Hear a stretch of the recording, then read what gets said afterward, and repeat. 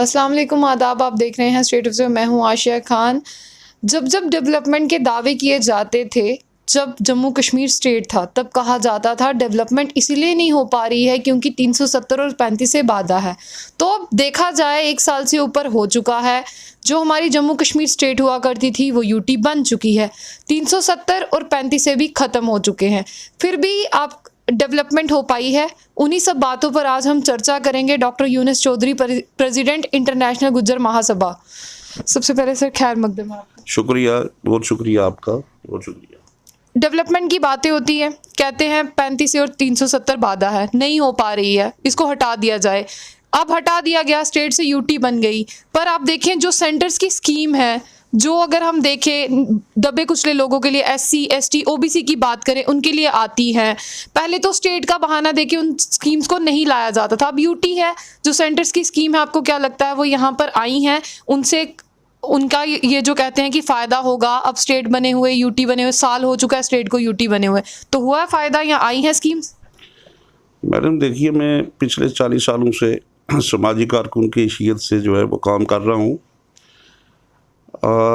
मैंने देखा है कि जहाँ पे ये कास्ट थी, एसटी वाले, एससी वाले या ओबीसी वाले, जहाँ आज से 70 साल ये पहले थे, आज उससे भी ये वर्ष हो गए। आप मुझे पूछेंगे कि मैंने ये बात क्यों कही। मैंने इसलिए कही कि जब हमें 90 में शेड्यूल ट्राइब मिला और उस वक़्त जो रियासत जम्मू और कश्मीर के गुर्जर बकरवालों की हालत थी वो काफ़ी बेहतर थी। उस वक़्त जो ये माइग्रेटरी लोग थे, इनके लिए स्कूल्स भी थे, मोबाइल स्कूल्स उन्हें हम बोलते थे, मोबाइल डिस्पेंसरीज़ थी, और ख़ासकर ये जो शीप और एनिमल हस्बेंड्री का महकमा था, इसके जो मुलाजमीन थे, ख़ासकर क्लास 4th मुलाजमीन, वो इन्हीं कास्ट से लिए जाते थे। तो उससे इनकी बड़ी हौसला अफजाई होती थी और इनका जो इनकम का सोर्स है वो भी बढ़ता था। मगर शेड्यूल ट्राइब के नाम पे जब ये शेड्यूल ट्राइब स्कीम आ गई, 90 से लेके 2005 तक तो ये कोई एक्ट बना ही नहीं, उसका कोई हमें मफाद तो हुआ ही नहीं। 2005 से लेके 2020 तक हमें ये मफाद हुआ कि ये सारे स्कूल बंद हो गए, ये जो सेंटर्स थे ये बंद हो गए। जो हमें प्रमोशन का सिस्टम 2005 के बाद शुरू हुआ था वो बंद हो गया। जो चरागाहें थीं, जो सैकड़ों सालों से इन लोगों के पास थीं, या गवर्नमेंट की लैंड्स थी जिन पर हमारे ये दोदी गुजर मालूमेशी लेके कुल्ला बना के बैठे थे, उनके पीछे एक कानून बन गया कि इन्वायरमेंट बचाओ, जो यहाँ के जानवर हैं इनको बचाओ, मगर जो इसमें रहने वाले ये गुजर वाले हैं इनको मारो। इनकी ज़रूरत नहीं है, इनके माल मवेशी की ज़रूरत नहीं है, यहाँ जानवरों की ज़रूरत है मगर इनकी ज़रूरत नहीं है। जंगलात वाले आ गए, उन्होंने आके मार पिटाई शुरू की, इनके मकान गिरा दिए, इनके कुल्ले गिरा दिए, इनको दरबदर कर दिया। यूटी जब आ गई, हम लोग खुश हो गए कि सेंटर में एसटी, एससी, ओबीसी के लिए बड़ी मराहत है। वहाँ बाज़ाब्ता तौर पर एक atrocities on SC, ST, OBC वगैरह इसके ख़िलाफ़ एक कानून बना है कि कोई भी आदमी इन पर जुल्म सितम करेगा उसके लिए उसको सज़ा होगी।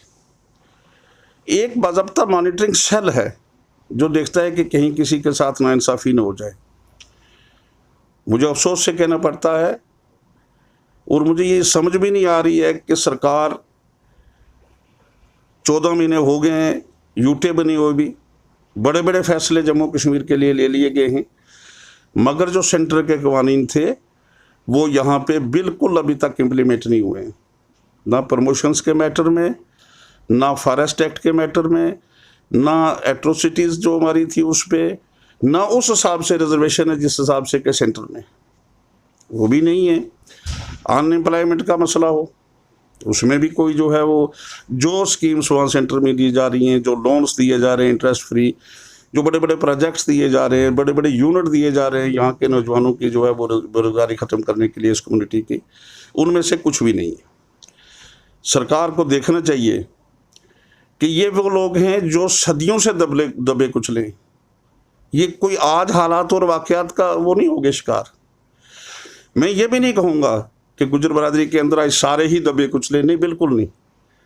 हमारे पास तालीम भी है, हमारे लोग बड़ी ऊंची जगहों पर भी हैं, मगर वो लोग चंद हैं। आप उनको देख के पूरे गुजरों का फेस मत देखिए, आप उनको देखिए जो पहाड़ों पे गाँव में जाके पीर पंजाल की दामन में रहते हैं। डोडा बदरवा कश्तवाड़ पीछे पहाड़ पर गुजर रह रहा है, पुंछ रजौरी के पहाड़ पे गुजर रह रहा है, बॉर्डर में जो गुजर बसा है जहाँ गोलों की बुछाड़ है, कठुआ सांबा बनी बराबर में जो गुजर रह रहा है, उस गुजर को देखिए उसने क्या तरक्की की है। क्या ये शेड्यूल ट्राइब वगैरह बनने से इससे क्या उसको कोई बेनिफिट हुआ है? अगर उसको कोई बेनिफिट नहीं है तो सरकारों का काम होता है कि जहाँ जो लोग दबे कुचले हैं समाज में उनको ऊपर ला के दूसरों के एट पार करें, और रिजर्वेशन का भी यही मतलब होता है। मगर ये कौन सी सरकार है कि जो अपनी हिम्मत से आगे चल गया वो तो चल गया, जो दबे कुचले उस पर और जुल्म हो रहा है। अगर ज़मीन के किसी पीस पर, किसी गवर्नमेंट लैंड पर एक दो दी गुजर मेरा बैठा है, वहाँ पे सरकार उसके कुल्ले गिरा के उनको जला देती है, तो मैं सरकार से पूछता हूँ कि अगर वो लैंड आपकी है तो ये लोग किसके? ये दोदी लोग, ये बकरवाल लोग, ये गुजर लोग, ये किसके? क्या इनकी कोई और सरकार है? अगर इनकी यही सरकार है तो आपका फ़र्ज़ है इनको रिहेबिलिटेट करना। आप बड़े दावे करते हो, इंदिरा आवास योजना बना दी, वहाँ बना दी, बेघर लोगों को हम घर देंगे, मकान बना के देंगे, पक्का मकान बना के देंगे, तो क्या ये लोगों में नहीं आते? गुजर लोगों में नहीं आते हैं? ये कोई और तो नहीं हमारे है। ये जो भाजपा के प्रेसिडेंट है उन्होंने कहा था कि गुज्जर मेरा भाई है, उसको हम 35,000 पक्के फ्लैट्स बना के देंगे। देखिए, जो भाजपा के नेता हैं अच्छे हैं, मैं उनकी कदर करता हूँ, लेकिन उन्होंने वादा तो हमसे किया था, मगर उसी इंतज़ार में तो वो है ना, उम्र याद मांग कर लाए 4 रोज़ 2 इंतज़ार में काट दी, आरज़ू में तो 2 इंतज़ार में काट के। सवाल ये है कि उन्होंने तो कहा हमें कि देंगे, मगर मैं उनसे ही सवाल करता हूँ कि प्रेसिडेंट साहब 14 महीने हो गए, देना तो दूर की बात, आजकल इनको उठा रहे हैं, आजकल इनको मार के जो जहाँ बैठे हुए हैं, जहाँ 100 साल से बैठे हैं, वहाँ से भी निकाल रहे हैं। तो कम से कम यहाँ तो फिलहाल बचाओ। ये आप ही के लोग हैं, देश के लोग हैं, देशभक्त लोग हैं, यहाँ तो इनको बचाओ। जिन गुजरों को जंगलों में मार के बाहर निकाल रहे हैं आपके DFO, आपके फॉरेस्टर वहाँ से जाके बाहर निकाल रहे हैं, कम से कम उन्हें ये तो कहो यार फॉरेस्ट एक्ट सेंटर में यहाँ भी इम्प्लीमेंट हो जाएगा। फिलहाल इनको थोड़ी देर के लिए मोहलत तो दो, ये तो कह सकते हैं ना। अगर ये भी नहीं कह रहे तो फिर ये कौम क्या सोचेगी? हम तो सोचते रहेंगे कि ठीक है, मेरे साथ तो कोई समस्या नहीं है, किसी दूसरे गुजर के साथ कोई समस्या नहीं है, मगर जो वो आम गुजर है जिसकी आवाज़ नहीं है, कम से कम उसकी आवाज़ में सरकार को सुनना चाहिए। हम अपने लिए नहीं मांगते हैं कुछ भी, हम ये कह रहे हैं कि उसकी जो आवाज़ है सरकार की, उसकी जो आवाज़ है, गुज्जर हो या गैर गुज्जर हो, कोई भी हो, मुझे उससे गर्ज नहीं है, मगर जो आदमी जो सही डिजर्वेंट है, जो सही मुस्तहिक है, जिसके साथ सही तौर पर नाइंसाफ़ी हो रही है, जिसके साथ जो दबा कुचला जा रहा है, जिसको उसका बेसिक राइट नहीं दिया जा रहा है, जिसको निशाना बनाया जा रहा है, कम अज़ कम उस इंसान की, चाहे वो गुज्जर हो, चाहे वो गैर गुज्जर हो, चाहे वो OBC हो, चाहे दूसरा हो, सरकार को उनकी निशानदेही करनी चाहिए और उनके हकूक़ की प्रोटेक्शन करनी चाहिए। उनकी बाज़ आबादकारी का मसला लेना चाहिए, उनके रोज़गार का मसला लेना चाहिए और उनको इस्टेब्लिश करके समाज के दूसरे लोगों के बराबर करना चाहिए। ये जो होमलेस लोग हैं, लैंडलेस लोग हैं, ज़रूरी नहीं है ये पूरे जम्मू कश्मीर के हर किसी जगह पे हम देख लीजिए ये वहाँ पर पाए जाते हैं, तो फिर इनकी यही हो गया कि सरकार कहती है डेवलपमेंट होगी, ये तो सरकार के सामने ही है ना, तो इनकी डेवलपमेंट नहीं हो पाई, तो आप यहाँ पे किसका लैग समझते हैं?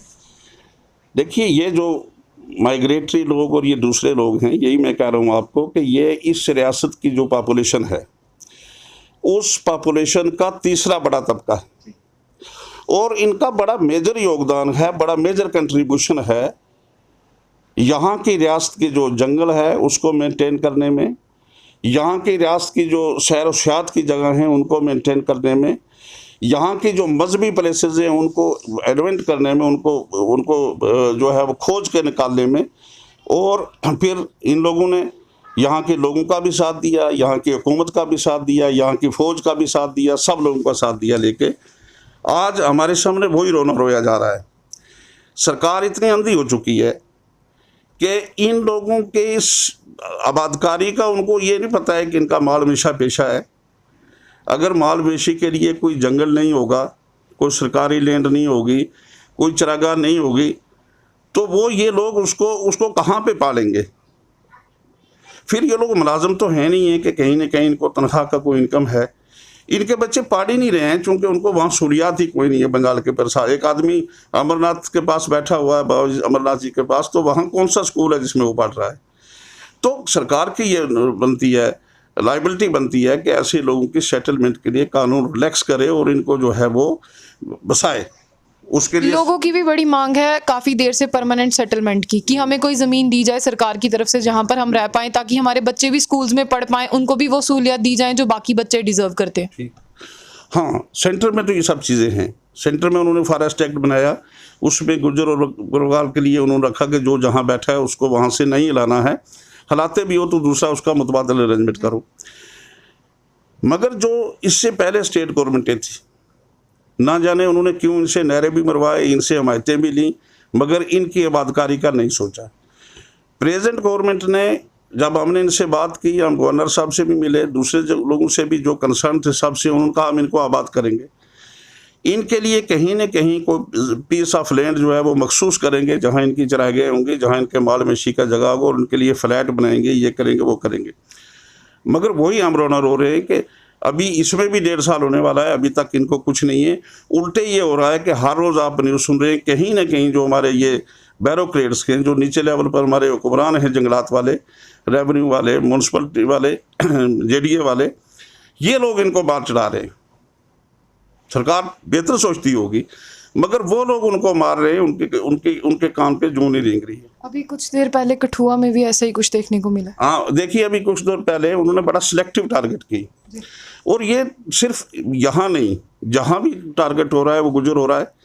अगर 10 गाड़ियाँ 9 को छोड़ा जा रहा है, 10वें को टारगेट किया जा रहा है। यही कठुआ में भी हुआ। तो हमारी ये डिमांड है कि कम से कम सरकार को टिल ये रूल सारे इम्प्लीमेंट करते उस वक्त तक उसको ये जो सेलेक्टिव टारगेटिंग ऑफ गुजर एंड बकरवाल से इन जम्मू एंड कश्मीर, जो सेलेक्टिव तौर पर इनके जो है कुल्ले गिराए जा रहे हैं, इनके घर गिराए जा रहे हैं, इस पर ऑनरेबल गवर्नर, लेफ्टिनेंट गवर्नर साहब को फौरी तौर पर रोक लगानी चाहिए। चीफ सेक्रेटरी साहब को इसका नोटिस लेना चाहिए और इसको फौरी तौर पर बंद करना चाहिए, जब तक कि इनकी जो सेटलमेंट का क्वेश्चन हल ना हो जाए।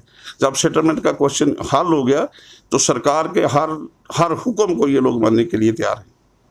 जी, आखिर में अगर मैं आपसे एक और सवाल करूँ, डिस्क्रिमिनेशन की बात की जाती है, जो गोजरी लैंग्वेज पहाड़ी और पंजाबी उसको 8 शेड्यूल में शामिल नहीं किया गया।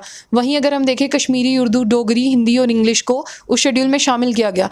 जब बाद में थोड़ी देर बाद में कहा प्रमोशन की बात कही गई, फिर भी उसको 8 शेड्यूल में शामिल नहीं किया गया। आप इसको किस तरह से देखते हैं? क्योंकि जम्मू कश्मीर में ही गोजरी नहीं, बाहर जो स्टेट्स हैं, रियासत, वहाँ पर भी गोजरी लैंग्वेज बोली जाती है, और इतने बड़े तबके को नज़रअंदाज करके उस लैंग्वेज को 8 शेड्यूल में शामिल नहीं किया गया। यही सितमज़रीफ़ियाँ हैं। मेरा ये मानना है कि अगर 8 शेड्यूल में वो इंटर करना था, 8 शेड्यूल में उसमें लाना था गोजरी लैंग्वेज को, तो ये सरकार का काम था, गुजरों का काम नहीं था। सरकार को देखना चाहिए था कि इतने बड़े गुजर हैं और वो लोग जो हैं ये गोजरी लैंग्वेज बोल रहे हैं, तो उनकी आसानी के लिए भी हम इस लैंग्वेज को ले आएँ। इसको ऑफिशियल भी सरकार को हमारे चीखे बगैर बनाना चाहिए था, क्योंकि जहाँ वो एक साइड पर चाहती है कि इनको अपलिफ्ट किया जाए, तो ये भी तो इनका अपलिफ्ट करने का एक तरीक़ाकार था। सरकार ने, जो साबका सरकारें थीं, उन्होंने एक बना दिया जी गुजर एडवाइजरी बोर्ड। मैं नहीं समझता हूँ कि गुजर एडवाइजरी बोर्ड का कोई फ़ायदा आज तक जो है किसी गुजर को हुआ है। TSP, ट्राइबल सब प्लान, सरकार मुझे बताए कि ट्राइबल सब प्लान से कितने लोगों को उन्होंने बेनिफिट पहुँचाया है। ये जो गुजर एंड बकरवाल कॉरपोरेशन बनाएगी, कितने लोगों को बेनिफिट है? मासवाब ऑफ करप्शन के, मासवा करप्शन के चंद लोगों के पेट भरने के, आम गुजर को उसका क्या बेनिफिट हुआ इनके पास? अगर यही TSP पे बात की जाए तो सरकार कहती है कि उससे बहुत बड़ा जो तबका है उसको सहूलियत दी गई। क्या सहूलियत दी गई? सरकार को मुझे बताना चाहिए।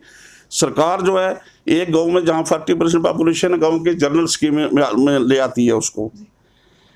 सरकार को देखना चाहिए कि जनरल में तो वैसे भी इनका हक है। अगर आप टीएसपी का पैसा ला रहे हो तो मखसूस गुजरों तक उसको पहुंचाओ, उससे उसकी मखसूस डेवलपमेंट करो, एम्प्लॉयमेंट के बारे में सोचो, एजुकेशन के बारे में सोचो, उनकी हेल्थ के बारे में सोचो। वो चीज़ें नहीं है, उनके लिए यूनिट डेवलप करो। एक गांव में जी इतनी पॉपुलेशन है, उसमें है या नहीं है, वो कर दिया जी टीएसपी का पैसा यहाँ लगाओ। जब वो वहाँ जाता है तो डिफरेंशियल आदमी जो उस गांव का होता है वो अपने घर के काम में लगा लेता है, जो वो मेंबर साहब है, आम गुजर देखता रह जाता है। सरकार मुझे बताए कि जब से ये आपने बनाए हैं, ये बोर्ड वगैरह बनाए हैं, तो कितने गुजरों को बेनिफिट दिया, सब जारी है, किसी को कुछ नहीं मिला है। गुजरों के नाम लिखे जाते हैं, खाते में बरस आते हैं। हमारी ये डिमांड है कि सरकार को गुजर डेवलपमेंट कमीशन बनाना चाहिए बाज़ाब्ता, और उसको बाज़ाब्ता ये इख्तियार होना चाहिए कि कोई उसके ऊपर सरकार का नहीं है। जहाँ भी गलत हो रहा है किसी के साथ, जहाँ भी गुजरों के मसाइल हैं, उनको वो सुने और उनकी अजाले के लिए, उसके हल के लिए कोई ना कोई सोल्यूशन गवर्नमेंट के सामने लाए। और वहाँ पर अगर किसी गुजर के साथ गलत भी हुआ है तो उसका भी जो है उसका भी अजाला होना चाहिए और एक्शन होना चाहिए। किन लोगों ने गलत किया, किन ऑफिसर ने उनको गलत किया, कौन ऑफिसर थे जो इस पैसे को खा गए तमाम सरकारी ब्यूरोक्रेट। नाम रहा गुजरों का, गुजरों को तो कुछ नहीं मिला। इवन स्कॉलरशिप जो मिल रहे थे वो भी तो नहीं मिल रहे हैं अभी। तो मेरा कहने से मकसद ये है कि प्रमोशनों में इन्होंने नहीं दिया, बाकी कहीं पे इन्होंने किया। जो कोई स्कीम भी आती है तो वो कागजों में होती है, पैसा टीएसपी प्लान से होता है, ट्रांसफार्मर कहीं और लगता है। पैसा टीएसपी प्लान से होता है, पीएचई की पाइपें कहीं और चली जाती हैं। तो ये चीज़ें जो हैं, ये चीज़ें आस्ता आस्ता आस्ता करके इन लोगों को, ओबीसी बेचारों उनका भी तो नाम ही कोई नहीं लेता है। एससीज के साथ भी यही समस्या है, एसटीज के साथ भी यही है। तो सरकार को जो करना चाहिए वो इन कम्युनिटी के साथ नहीं कर रही है। हमारी सरकार से ये गुजारिश है कि सरकार को सोचना चाहिए कि ये अच्छे लोग हैं, देशभक्त लोग हैं, हमारे साथ चलने वाले लोग हैं। इन लोगों की जो जायज़ मांगे हैं उन मांगों को पूरी किया जाए, इनको भी समाज के दूसरे वर्ग के जो है वो एट पार लाया जाए और इनके मसाइल भी सुने जाएं और उनका हल निकाला जाए। और इस अंधी ब्यूरोक्रेसी को डायरेक्शन होना चाहिए कि इनके ऊपर किसी भी किस्म का जो है वो सुलूम सुतम ना किया जाए, इनकी बात को सुना जाए, इनकी आवाज़ को सुना जाए। ना कि जहाँ गुजर आता है, अगर किसी ऑफिसर को 10 रुपये लेते हैं तो जब गुजर उकरल आया तो बस उसका रेट 1000 हो जाता है। ये नहीं होना चाहिए। अगर दे कुछ नहीं लेते हो तो इनसे लो मत, कम अज़ कम खौफ खुदा करो। गवर्नमेंट का ये काम है कि जो लोग नीचे हैं उनको खींच के ऊपर करके बाकियों के बराबर कर, तो इनको भी बराबर किया जाए। बस हमारी यही डिमांड है। बाकी इसके अलावा तो हम सरकार से कुछ नहीं मांगते, ना उसके किसी कानून की खिलाफ वर्जी कर रहे हैं। हम तो कहते हैं हम आपके हैं, मगर हमें दो जो हमें ज़रूरत है। हमारी ये डिमांड है। जी शुक्रिया। ये थे हमारे साथ doctor Yunus Chaudhary, president international Gujar Mahasabha के। जहाँ पर गुजरों के और बकरवालों के घर उजाड़ने की बात आती है, वहाँ पर उनको उजाड़ा तो जाता है पर उनको कोई वहाँ पर दूसरी लैंड अलॉट नहीं की जाती। तो इनका भी कहना यही है, उनकी परमानेंट सेटलमेंट की बात होनी चाहिए ताकि उनके बच्चे भी अच्छी एजुकेशन हासिल कर सकें और वो भी जो बाकी के कम्युनिटी के लोग हैं उन तक पहुँच सकें। तो ऐसी ही और भी खबरों के लिए जुड़े रहिए स्टेट ऑब्जर्वर के साथ।